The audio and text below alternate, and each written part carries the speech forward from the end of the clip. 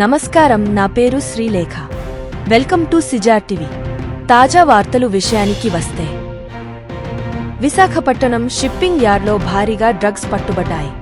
25,000 కిలోల డ్రగ్స్ ను customs, CBI అధికారులు కలిసి సీజ్ చేశారు.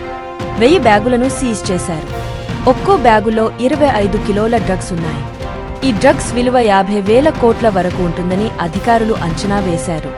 బ్రెజిల్ నుంచి విశాఖపట్నం పోర్టుకు డ్రగ్స్ వస్తున్నాయని ఇంటర్పోల్ సిబిఐ అధికారులకు సమాచారం ఇచ్చింది.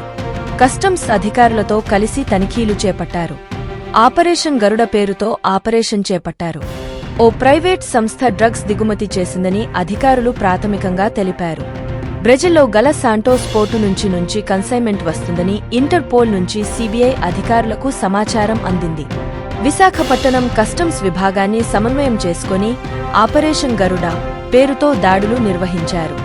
విశాఖపట్నానికి చెందిన కన్సిగ్నీ అనే ప్రైవేట్ కంపెనీ కన్సైన్మెంట్ బుక్ చేసిందని సిబిఐ అధికారులు వెల్లడించారు.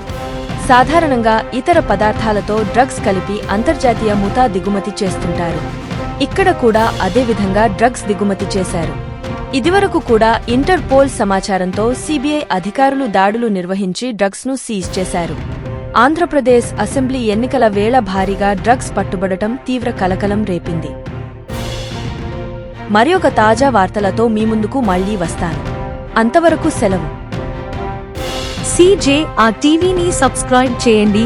ఈ వీడియోను లైక్ చేయడం మరియు షేర్ చేయడం మర్చిపోవద్దు.